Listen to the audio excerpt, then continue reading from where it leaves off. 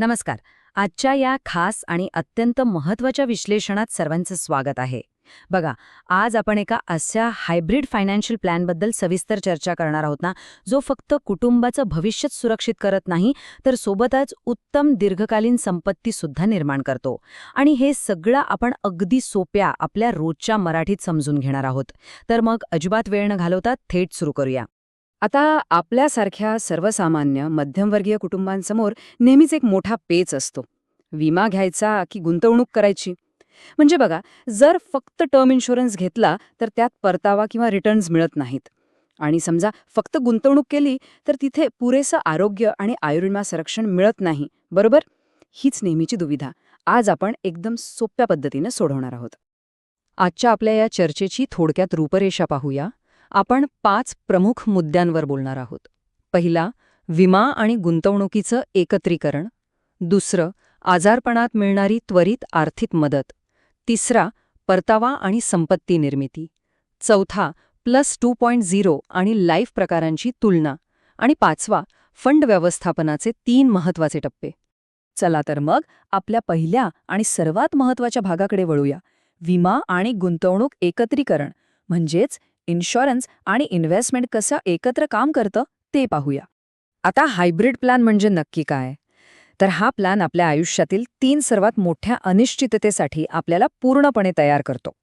विचार करा, यात उच्च विमा संरक्षण तर आहेच, पण सोबत मार्केट लिंक संपत्ती निर्मिती आणि आरोग्यासाठीचे फायदेसुद्धा आहेत. म्हणजे समजा दुर्दैवाने लवकर मृत्यू ओढवला किंवा एखादा गंभीर आजार झाला किंवा अगदी निवृत्तीनंतरही दीर्घायुष्य लाभलं आणि पैशांची गरज भासली, ह्या तिन्हीही अगदी वेगवेगळ्या परिस्थितींवर हा एकच भक्कम उपाय आहे. खरंच एक संपूर्ण पॅकेज.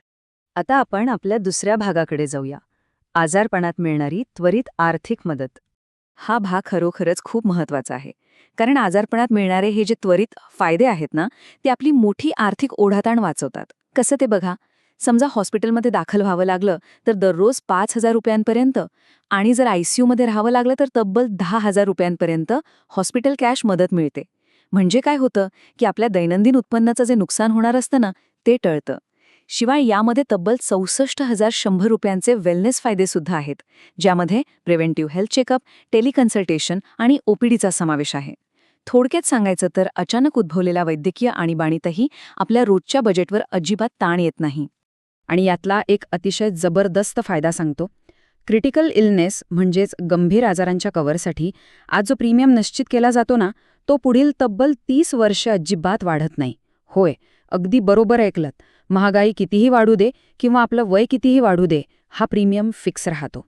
ही खरोखरच एक खूप मोठी आणि भक्कम आर्थिक सुरक्षा आहे. हे अजून स्पष्ट होण्यासाठी आपण थोडी तुलना करून बघूया.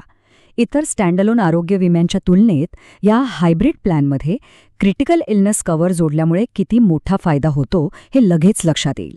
रिलायन्स किंवा मणिपाल सिग्न्यासारख्या पर्यायांचा विचार केला तर तिथे साधारण 3 ते 6 लाखांचा खर्च येतो. पण इथे हाच कव्हर फक्त 1,68,000 रुपयांच्या आसपास मिळतो. म्हणजेच स्पष्टपणे 3 ते 4 लाख रुपयांची घसघशीत बचत. हे खरंच खूप लक्षवेधी आहे.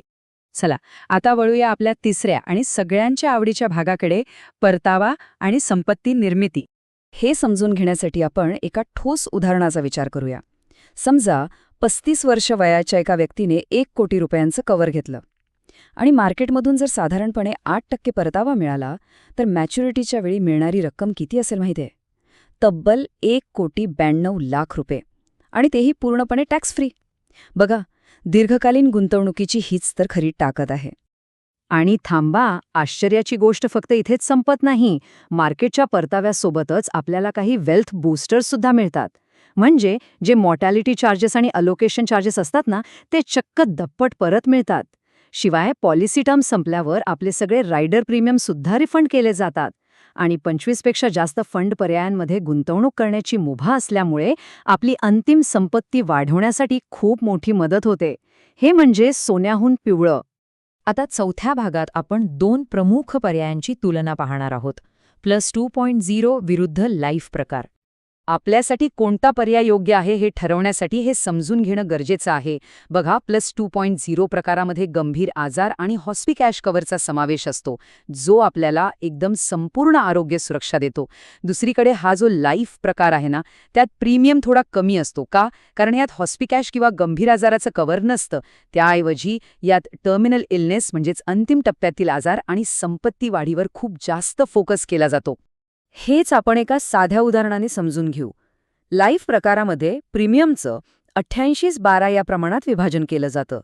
याचा सरळ अर्थ असा की आपला 88% प्रीमियम हा नैसर्गिक कव्हर आणि गुंतवणुकीसाठी वापरला जातो, तर उरलेला 12% भाग हा खास टर्मिनल इलनेस सुरक्षेसाठी राखून ठेवला जातो. अगदी स्पष्ट आणि पारदर्शक. आता आपण आलो आहोत आपल्या आजच्या विश्लेषणाच्या शेवटच्या आणि 5व्या भागावर, फंड व्यवस्थापनाचे 3 टप्पे.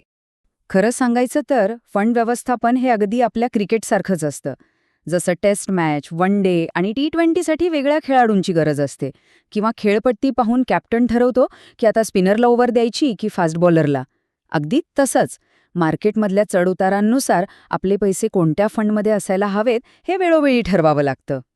यासाठी फक्त 3 सोपे आणि महत्त्वाचे टप्पे आहेत. पहिलं म्हणजे स्वतःचं वय आणि जोखीम घेण्याची क्षमता ओळखणं. दुसरं, एका योग्य आणि हुशार आर्थिक सल्लागाराची निवड करणं. हे अगदी टीमचा कॅप्टन निवडण्यासारखंच आहे.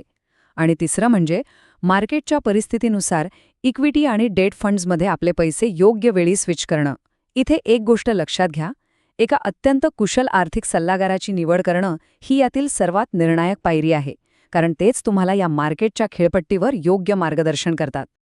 आणि यातली सर्वात दिलासादायक आणि भारी गोष्ट सांगू? जेव्हा मार्केट खाली येतं तेव्हा आपले पैसे सुरक्षित अशा डेट फंडमध्ये हलवता येतात, आणि तेही कोणत्याही अतिरिक्त शुल्काशिवाय. होय, एकही रुपया न देता. अमर्यादित फ्री फंड स्विचिंगचा हा भन्नाट फायदा आपण ऑनलाईन किंवा आपल्या विश्वासू सल्लागाराच्या मदतीने अगदी सहज घेऊ शकतो. तर आजच्या या सविस्तर विश्लेषणाच्या शेवटी आपण एका अत्यंत महत्त्वाच्या प्रश्नावर थांबूया. आपल्या कुटुंबाचं भविष्य असं नुसतंच नशिबावर सोडायचं की एका कम्प्लीट लाईफ सायकल गार्डियनसोबत ते कायमस्वरूपी सुरक्षित करायचं? विचार करा. आपल्या प्रियजनांचं संरक्षण करतानाच अशी उत्तम टॅक्स फ्री संपत्ती निर्माण करणं आता खरंच आपल्या आवाक्यात आहे. त्यामुळे हे आर्थिक भविष्य भक्कम करण्यासाठी आजच कोणती पावलं उचलली जातील याचा नक्कीच गांभीर्याने विचार व्हावा. आजच्या या चर्चेत सहभागी झाल्याबद्दल खूप खूप धन्यवाद.